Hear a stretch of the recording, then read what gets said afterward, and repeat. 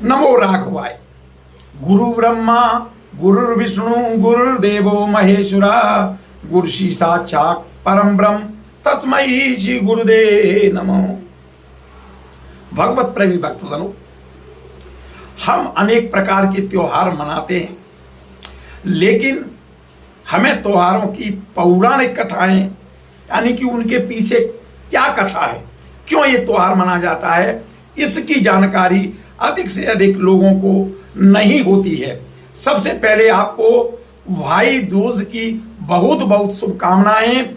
और आज हम जानेंगे कि भाई दूज की पौराणिक कथा क्या है, भाई दूज क्यों मनाया जाता है और कैसे मनाते हैं, और भाई दूज के दिन भैया और बहन को क्या करना चाहिए, ये सारी जानकारी आज हम जानेंगे।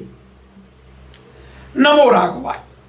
भाई दूज पौराणिक कथा, भाई दूज मनाने के पीछे क्या कथा है, आज हम जानेंगे। भैया दूज पर्व कार्तिक मास के शुक्ल पक्ष की द्वितीया तिथि को मनाया जाता है। इस दिन बहनें रोली एवं अक्षत से अपने भाई को तिलक कर उसको उज्जवल भविष्य के लिए आशीष देती हैं। भैया दूज की पौराणिक कथा आगे हम जानेंगे। भैया दूज पौराणिक कथा क्या है?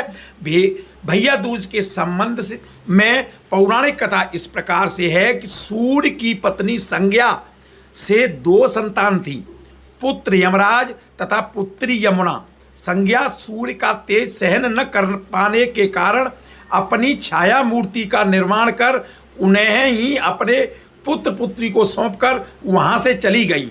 छाया को यम और यमुना से अत्यधिक लगाव तो नहीं था, किंतु यमुना अपने भाई यमराज से बड़ा स्नेह करती थी, प्रेम करती थी।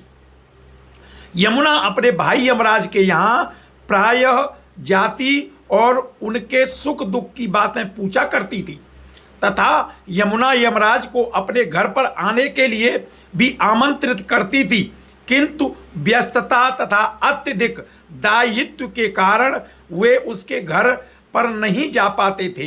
एक बार कार्तिक शुक्ल पक्ष द्वितीया को यमराज अपनी बहन यमुना के घर अचानक जा पहुंचे। बहन के घर जाते समय यमराज ने नरक में निवास करने वाले जीवों को मुक्त कर दिया। बहन यमुना ने अपने सहोदर भाई का बड़ा आदर सत्कार किया, विविध व्यंजन बनाकर उन्हें भोजन कराया तथा भाल पर तिलक लगाया। जब वे वहां से चलने लगे तब उन्होंने यमुना से कोई भी मनोवांछित वर मांगने का अनुरोध किया। यमुना ने उनके आग्रह को देखकर कहा, भैया यदि आप मुझे वर देना चाहते हैं तो यही वर दीजिए कि आप आज के दिन प्रतिवर्ष आप मेरे यहाँ आया करेंगे और मेरा आतिथ्य स्वीकार किया करेंगे। इसी प्रकार जो भाई बहन के घर जाकर उसका आतिथ्य स्वीकार करे तथा इस दिन जो बहन अपने भाई को टीका करके भोजन खिलाए उसे आपका भय न रहे। इसी के कारण उन्होंने यह भी वरदान दिया कि यदि इस दिन भाई बहन यमुना नदी में डुबकी लगाएंगे तो वे यमराज के प्रकोप से बचे रहेंगे। यमुना की प्रार्थना को यमराज ने स्वीकार कर लिया। तभी से बहन भाई का यह त्योहार मनाया जाने लगा।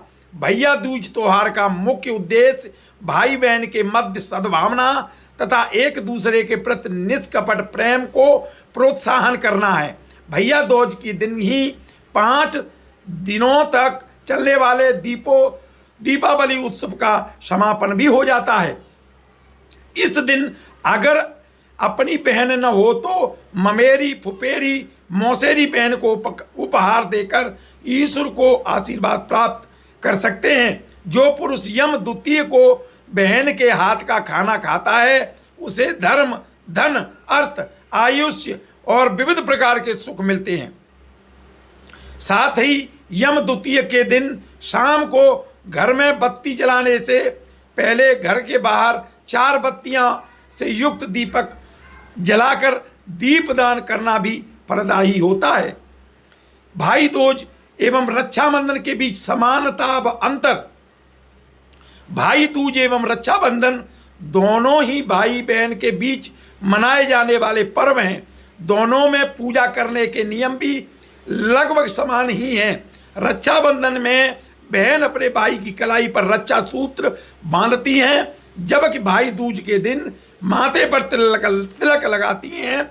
भाई दूज एवं मुख्य तथा भाइयों के अपनी विवाहित बहनों के घर जाकर तिलक लगवाते हैं, जबकि रक्षाबंधन के दिन बहनें अपने भाई के घर आकर रक्षा सूत्र बांधती हैं। यही नियम हमारे समाज में वर्षों से चला आता है।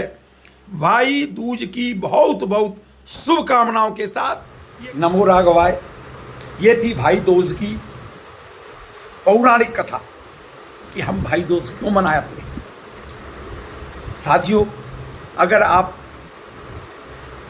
इस मेरे चैनल पर पहली बार देख रहे हैं तो आपसे अनुरोध कि आप चैनल को सब्सक्राइब करें, और यदि आपको यह वीडियो पसंद आया हो तो आप इसको लाइक करें और अपने दोस्तों को भेजें, अपने साथियों को भेजें, तथा बेल आइकॉन बटन जरूर दबाएं, जिससे कि मेरे इस प्रभु दर्शन चैनल पर आने वाले अनेक पौराणिक कथाएं तथा शास्त्रों की जानकारी आपको मिल सके।